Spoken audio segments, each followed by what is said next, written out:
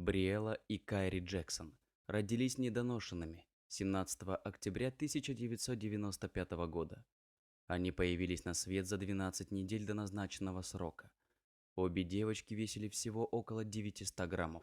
Врачи отделения интенсивной терапии медицинского центра в Массачусетсе, согласно действующим правилам, поместили новорожденных в отдельные инкубаторы.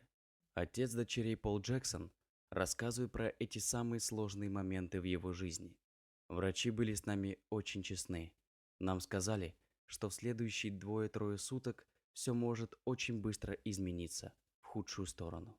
И все действительно начало меняться. Через 3 недели у одной из малышек начались проблемы. Ситуация была критической. Ручки и ножки Бриэлы посинели, и она начала задыхаться. Ее сердечный ритм резко увеличился, а кислород в крови начал уменьшаться. Ее семья готовилась к худшему, к тому, что малышка не выживет. Бригада врачей пыталась сделать все, чтобы стабилизировать ситуацию, но ничего не получалось. Именно тогда медсестре Гейл Каспарян пришла в голову идея получить разрешение родителей на то, чтобы поместить Кайри в тот же инкубатор, где находилась ее сестра Бриэла. Такая процедура вообще не использовалась в США. У родителей не было времени думать о рисках возможного заражения, поэтому они согласились. Гейл положила Кайри в ту же кроватку, где ее сестра боролась за свою жизнь.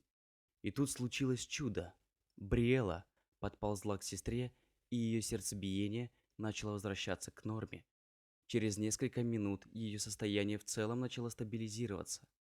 Когда Бриэла начала засыпать, сестра положила левую руку ей на плечо, и температура ее тела поднялась до нормы. Это решение свести детей вместе спасло Бриэле жизнь. После этих событий родители держали детей и дома в одной кроватке.